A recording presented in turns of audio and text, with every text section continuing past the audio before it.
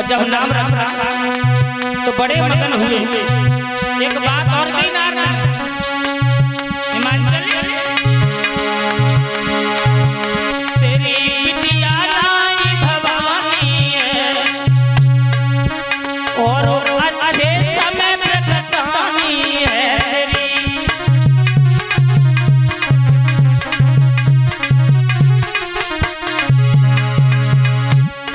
इतनी बात सुनने के बाद अरे खुश बदनी छाई गई मन में, राजा लिपट गयो तो चरण में।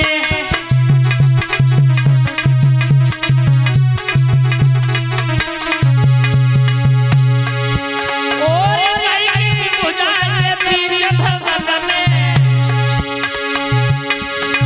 नारद बैठाए आंगन में।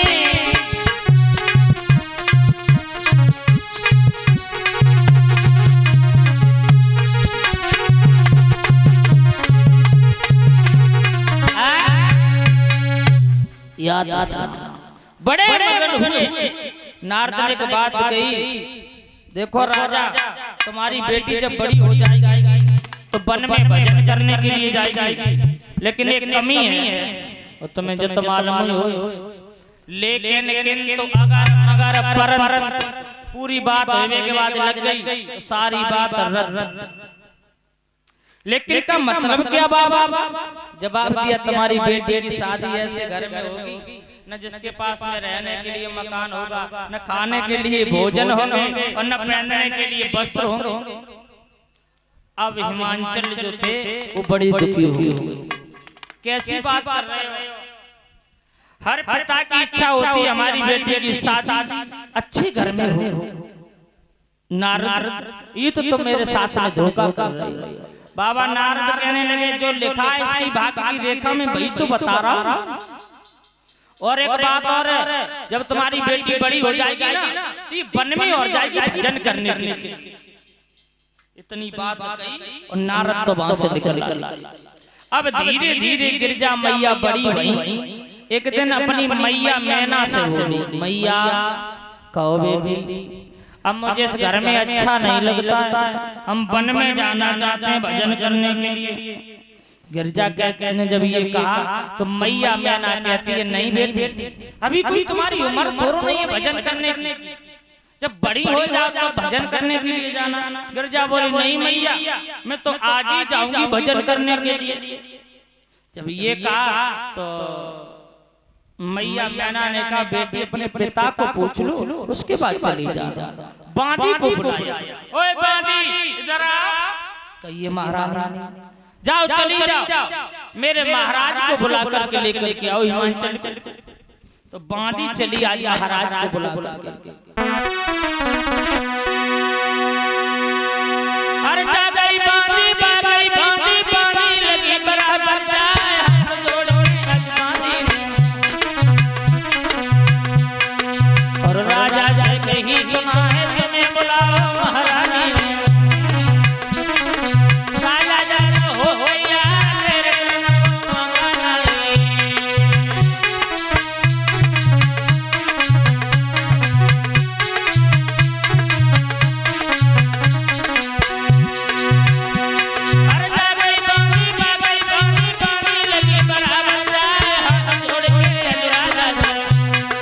और बांदी ने कही सुना है तुम्हें बुलाओ महारानी। राजा जल हो गया देर करने को मौका नहीं।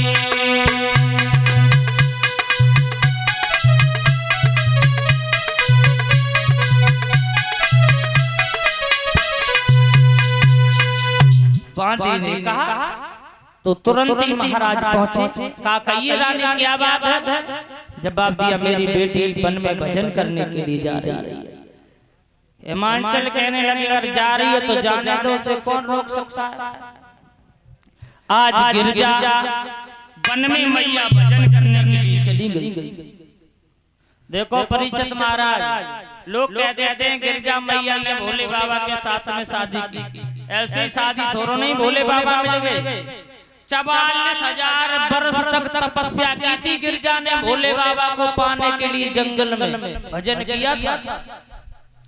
और जब तप में बैठ गई इधर सप्त ऋषि भागे। सप्त ऋषियों ने जाकर के कहा अरे गिरजा किसके नाम की माला जप रही हो? गिरजा कहने लगी भोले बाबा के नाम की माला जप रही। क्यों जप रही हो? क्योंकि भोले बाबा से शादी करेंगे। पागल हो गई है? अरे भोले बाबा के पास में क्या रखा है? और देखो मैंने उस दिन भी बताया था बिना मतलब से कोई किसी के पास जाता नहीं है। सप्तऋषि क्यों गए थे गिरजा के पास में?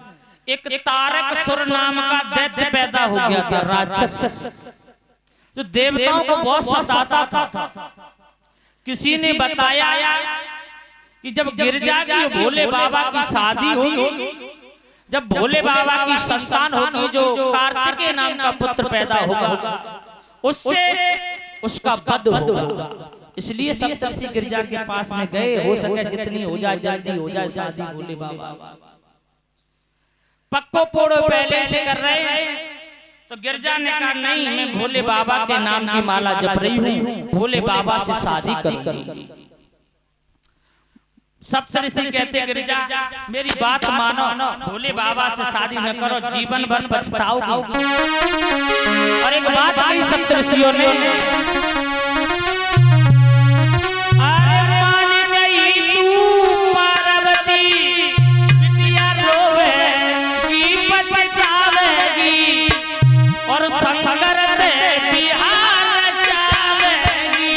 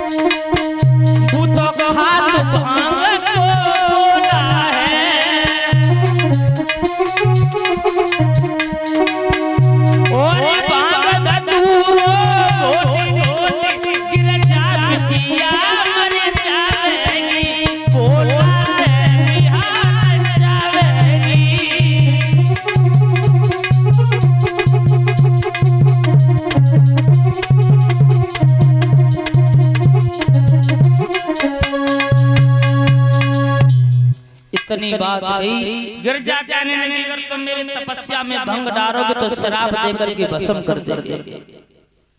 सप्तऋषि वहां से चले आए और इधर पहुंचे, देखा भोले बाबा जो है, देखो भोले बाबा देखने में परिचित जी बहुत भोले, कहो तो नेकने के बाद प्रसन्न हो जाओ और कहो तो नेकने के बाद नाराज हो जाओ। अब देखो एक मंदिर में एक चोर पहुंच गो भोले बाबा, और चोर पहुंच गो भोले बाबा के मंदिर में बहुत भारी घंटा टंगो रहे। चोर ने सोची बहुत दिन हो गए, जुगाड़